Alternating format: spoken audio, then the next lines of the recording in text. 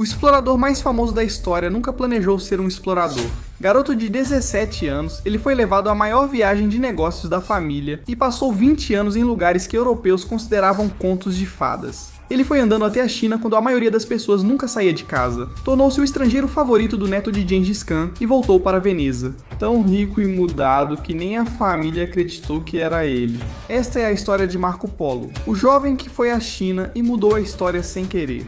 Sente-se, relaxe e bem-vindo ao acampamento de história.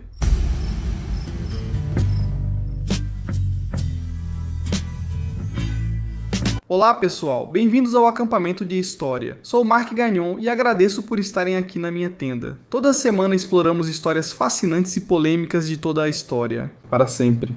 Sim, estamos fazendo isso. Tento entender tudo o que já aconteceu e foi muita coisa. Quero dizer, a cada dia que passa, mais história está sendo feita, então estou apenas tentando acompanhar. Agora, é claro, este episódio e este programa não seriam possíveis sem você assistindo aí de casa. Muito obrigado por assistir. Nada disso seria possível sem meu amigo Cristos, ali em sua tenda aconchegante, tornando tudo real. Cristos, posso ouvir um Marco? Polo. Isso foi tão brega e idiota, nem acredito que você me convenceu a fazer isso. Não, na verdade foi bem fofo e acho que combina muito com esse episódio. Gente, já é tarde da noite e estamos aqui na tenda. Provavelmente você já ouviu falar de Marco Polo e brincou disso na infância, gritando Marco. Todos conhecem Marco Polo. Podemos mostrar uma foto dele na tela? Pra ser sincero, eu nem sabia como esse cara era até hoje. Se alguém te perguntasse como é o Marco Polo, você saberia? Acho que a maioria nem imagina. Eu não sabia até realmente fazer esse episódio. Eu fiquei tipo, quem é Marco Polo? Olha esse cara, imponente, bonito, bela barba. O penteado não é dos melhores aqui, mas dá pra ver porque ele sempre usa chapéu.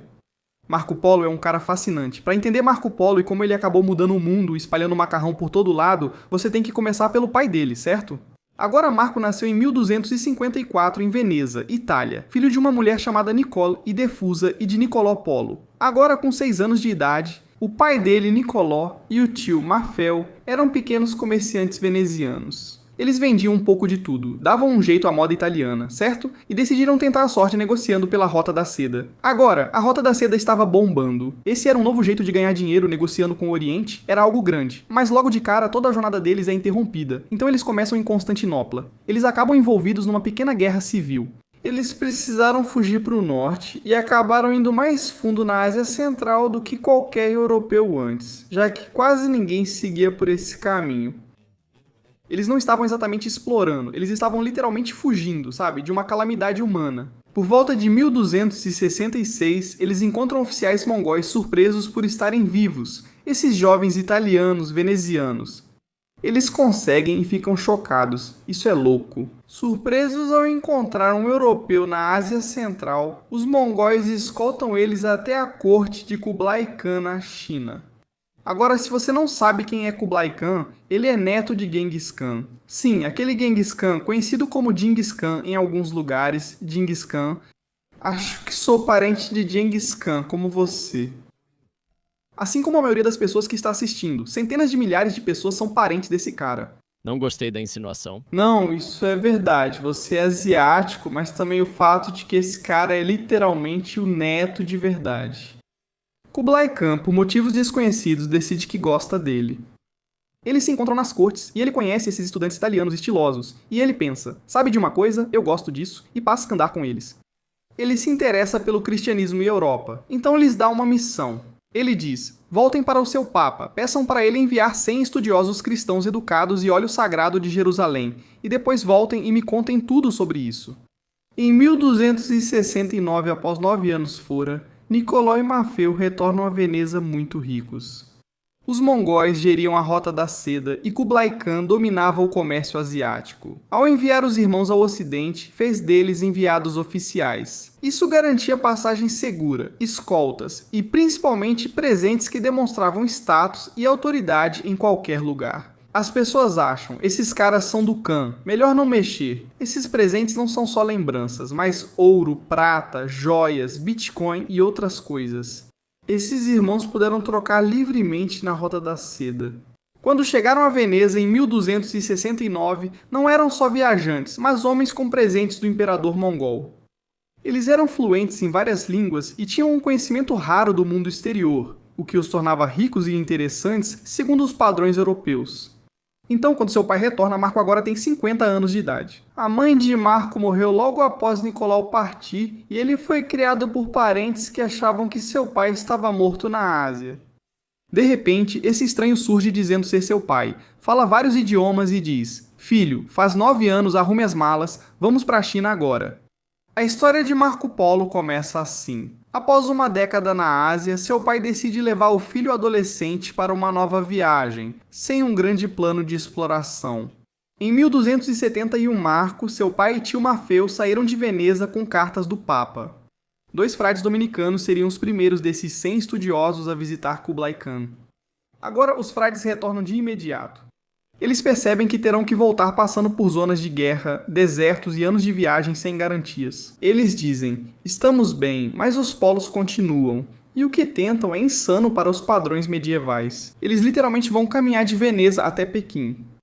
Precisamos de um mapa. De Veneza a Pequim são 5.600 milhas, enfrentando desertos, montanhas, bandidos, zonas de guerra e áreas onde podem ser mortos apenas por serem estrangeiros. Eles cruzam o Mediterrâneo, percorrem a atual Turquia, Irã e Afeganistão, passam meses atravessando os Pamir, montanhas tão altas que Marco relatou depois. Ele escreve que o fogo não queima bem, e a comida demora a cozinhar devido ao ar rarefeito. Eles ainda não chegaram à China. Eles têm que atravessar o deserto de Gobi, que Marco descreve como um dos lugares mais psicologicamente aterrorizantes da jornada. Ele afirma: "Quando anoitece, viajantes ouvem espíritos conversando, sons de instrumentos e às vezes são chamados pelo nome. E ele, ouvindo a voz, se perde e morre." Essa jornada é insana e surpreendente, especialmente naquela época. Por fim, em 1274, após 3 anos de viagem, eles chegam à corte de Kublai Khan. Agora, quando os polos chegam, você sabe, à corte de Kublai Khan, eles estão conhecendo um governante do maior império contíguo da história da humanidade, certo? O cara controla territórios do leste europeu ao Pacífico, liderando exércitos maiores que países europeus inteiros. E de alguma forma Marco Polo, com apenas 20 anos, chama a atenção do homem mais poderoso da Terra. Kublai Khan fica impressionado com a adaptabilidade e a inteligência de Marco, sabe? Ele fala persa fluentemente, aprende mongol e rapidamente entende como o império funciona, algo que a maioria dos estrangeiros nunca consegue sequer compreender. Kublai Khan começa a enviar Marco em missões imperiais pela Ásia, tornando-o um adido ou inspetor do Império Mongol. Agora Marco afirma que enquanto servia a Kublai Khan, ele não estava apenas viajando, ele estava trabalhando. Ele diz: ele lidava com questões fiscais, fazia missões diplomáticas e passou anos em Yangzhou em cargo administrativo. Mas por quê? Isso é o que eu não entendi. Por que Kublai Khan confiaria a um estrangeiro aleatório, um garoto rico, essas responsabilidades importantes? O Império Mongol era altamente meritocrático. Se você fosse útil, sua etnia não importava. Kublai Khan utilizava conselheiros chineses, administradores persas, engenheiros árabes e inspetores diplomáticos de Veneza. Marco era diferente porque era realmente curioso sobre tudo, tornando-o ideal para coletar informações. Enquanto isso, Nicolau e Mafeu, eles não estavam apenas sentados sem fazer nada, eles estavam tocando seus próprios negócios para o Khan. Nicolau cuidava dos empreendimentos comerciais e das negociações de comércio, enquanto Mafeu se concentrava nas comunicações diplomáticas entre a corte mongol e todos os mercadores estrangeiros que tentavam trazer dinheiro para dentro. A juventude e curiosidade de Marco chamaram a atenção de Kublai Khan. E junto com você sabe, obter informações de todo esse império, Marco também foi exposto a um mundo totalmente novo. Talvez o mais desconfortável que Marco relata seja o quão avançada é a civilização mongol. Europeus veem os mongóis como cavaleiros selvagens destruindo tudo e ouvem mitos sobre Gengis Khan. Marco descreve o império como tolerante religiosamente, meritocrático, tecnologicamente avançado e mais organizado que qualquer coisa na Europa. Além disso, lembre-se de que a corte de Khan incluía pessoas de diferentes culturas, todas trabalhando juntas. Compare com a Europa, onde as pessoas se matam por serem o tipo errado de cristão e a tolerância religiosa não é comum. E ele se choca com isso. Os mongóis promovem por mérito, não por nascimento. Na Europa, filhos de camponeses geralmente morrem camponeses. Mas no Império Mongol isso é diferente. Se for útil, pode alcançar altos cargos no governo, algo desconhecido para Marco. E como resultado, isso é realmente desconfortável para os europeus que estão ouvindo isso. Isso mostra que aqueles chamados bárbaros estão, na verdade, gerindo uma civilização mais eficiente e avançada. Em muitos casos, por exemplo, na Europa o dinheiro era ouro ou prata, enquanto os mongóis já usavam papel feito de casca de árvore. Marco também fala de carvão, pólvora, especiarias, técnicas de seda e práticas médicas desconhecidas na Europa. Uma das coisas mais surpreendentes que ele viu foi na cidade. Descreve cidades chinesas tão grandes e organizadas que fazem as europeias parecerem minúsculas.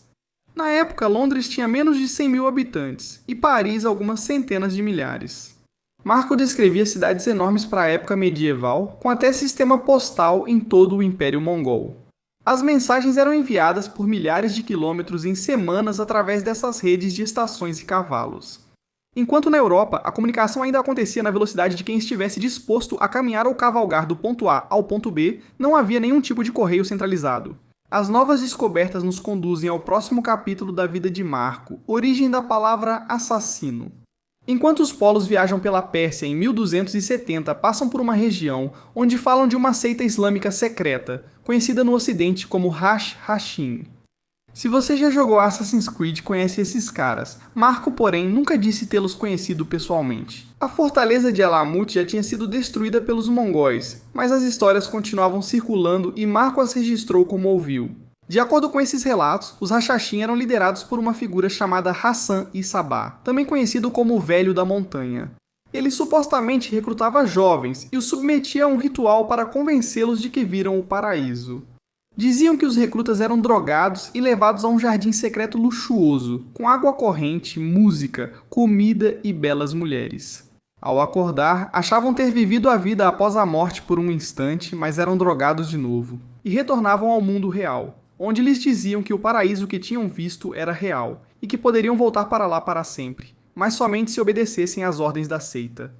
Não sabemos se a história do jardim e vida após a morte é real, mas os Hashashin existiram de fato. Eram membros da seita Nizar Ismaili, grupo que dominou o assassinato político séculos antes de isso se tornar comum.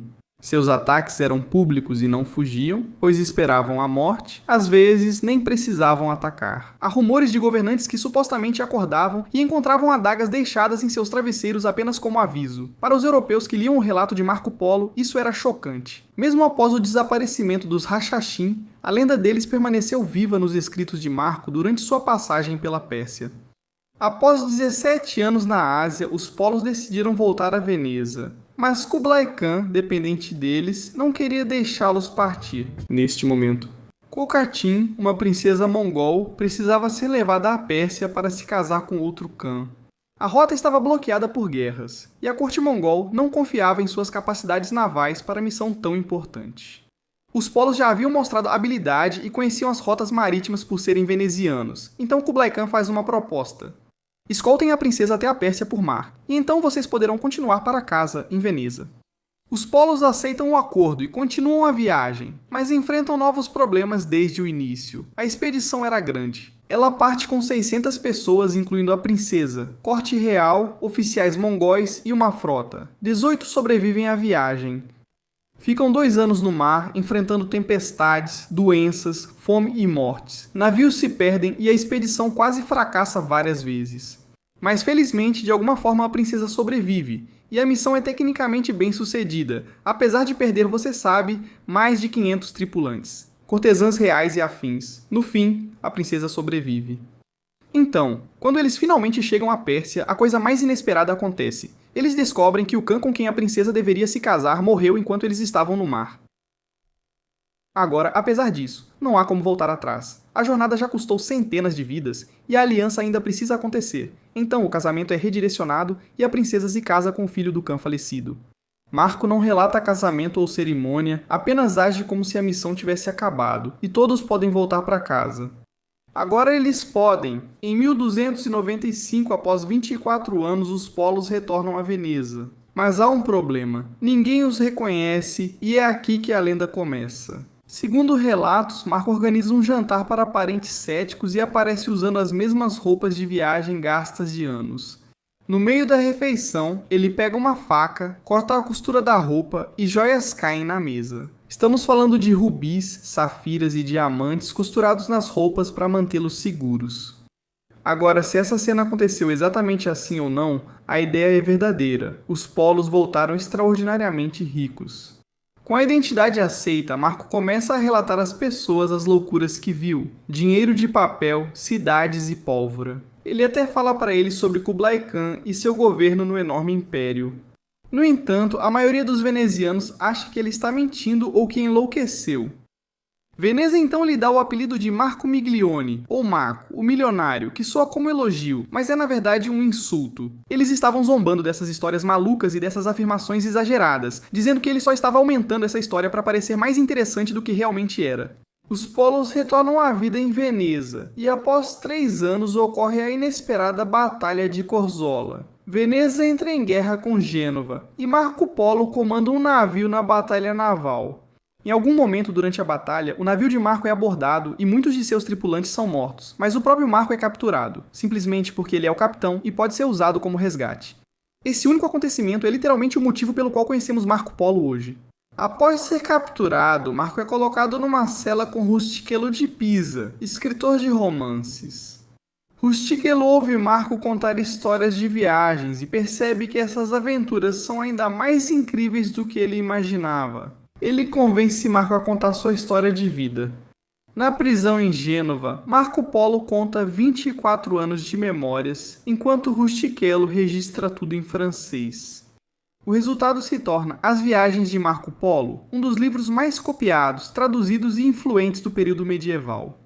Ficou tão popular que até Cristóvão Colombo levava uma cópia em suas viagens para as Américas. E sabemos que Cristóvão Colombo estava lendo isso, porque estava cheio de anotações. Colombo realmente estava lendo e escrevendo seus próprios pensamentos, e as anotações mostravam que Colombo não apenas leu, mas estava estudando aquilo.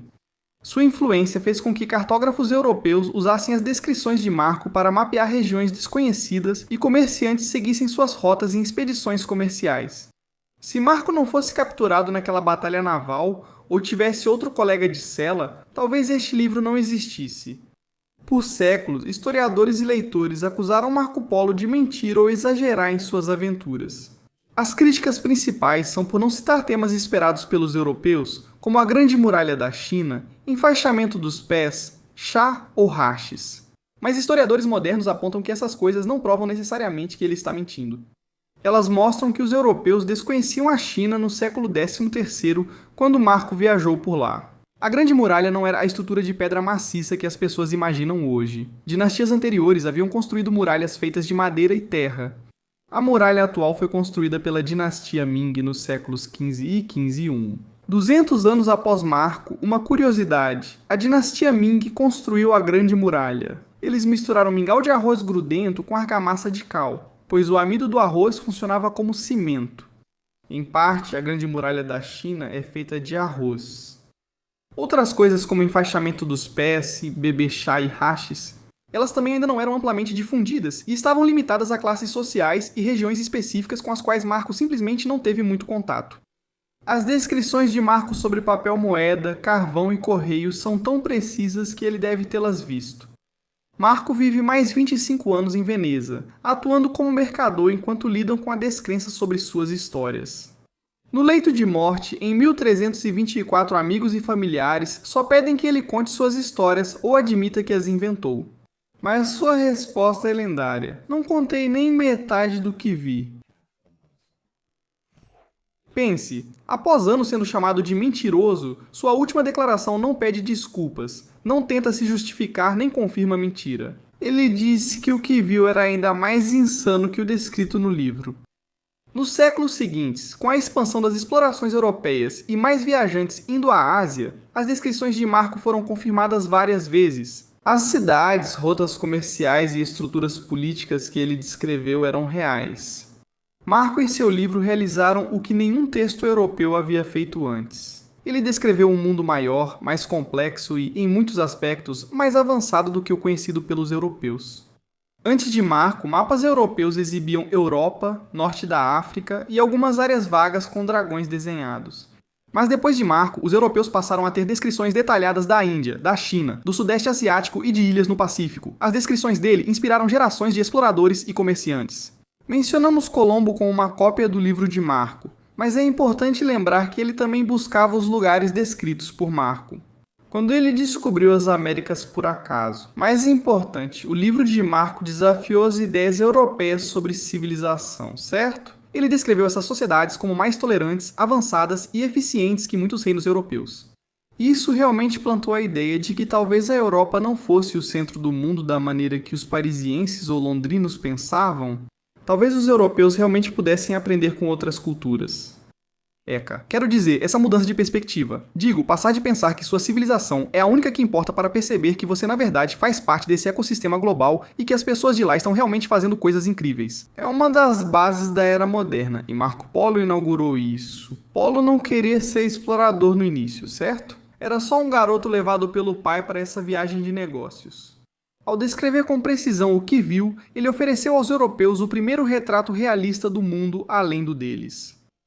E essa, senhoras e senhores, é a história de Marco Polo. Quero dizer, que vida incrível. Imagina como isso seria sensacional, não é? Viajar é algo visto de várias formas, ainda mais num mundo globalizado, onde já sabemos tanto. Você vai para Londres e parece estar em uma América diferente, não em um país totalmente diferente. Um pouco, tipo sim, tem coisas que são diferentes, mas não tem aquela sensação de realmente ser algo totalmente diferente.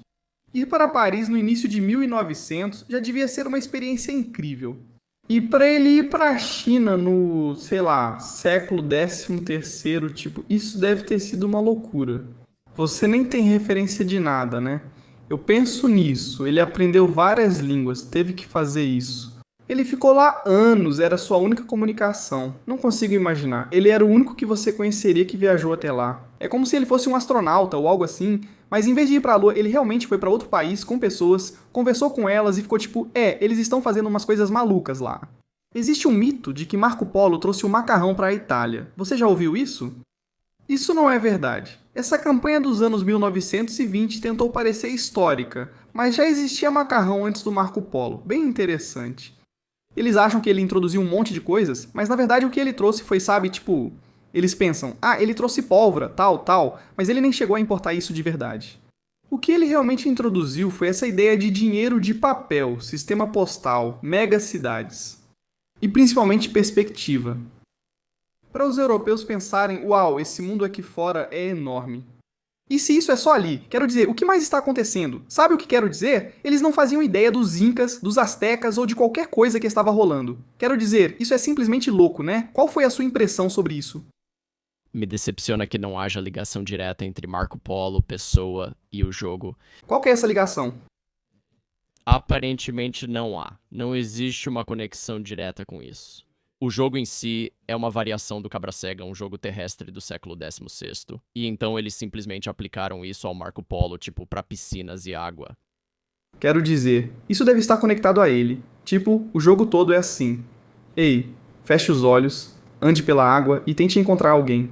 É só isso. O único vínculo é ele ser explorador.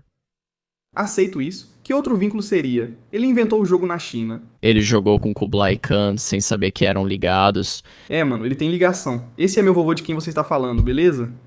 Cuidado quando falar do Kublai Khan, beleza? Quero dizer, isso é loucura, eu, de novo, não sei, mas estou presumindo que tem ligação com ele, né? Não tem como. O jogo é assim, você anda pela água, tenta encontrar as pessoas. Era isso que Marco Polo estava fazendo, ele estava com a princesa. Vocês acham mesmo? Pessoal, precisamos ser sérios, este é um canal histórico. Não dá pra falar essas loucuras, é insano. Você consegue imaginar Marco Polo e Kublai Khan jogando Marco Polo numa piscina? Nossa, isso parece loucura. Eu poderia ter imaginado, eu fico pensando quanto eles nadavam. Nova ideia de merchandising.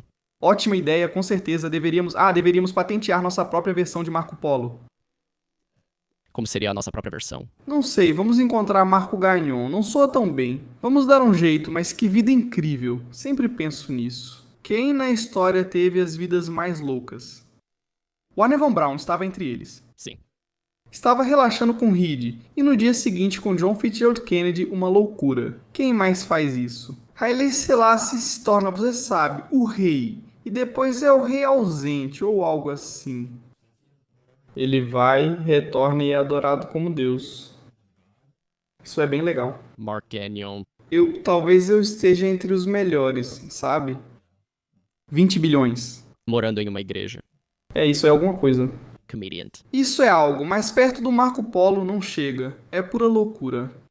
Quero dizer, Marco Polo teve uma vida maluca. Muito legal. Quero dizer, essa frase é irada. Eles nem ouviram metade da história. Isso é incrível demais. Quero dizer, uma verdadeira lenda. Que vida sensacional. Ser explorador naquela época era incrível. Só você, seu barco e os caras escoltando princesas. Missão considerada um sucesso. Mesmo que ela tenha morrido. Ela não morre, todo mundo morre. E aí ela aparece, e o rei com quem ela deveria se casar está morto.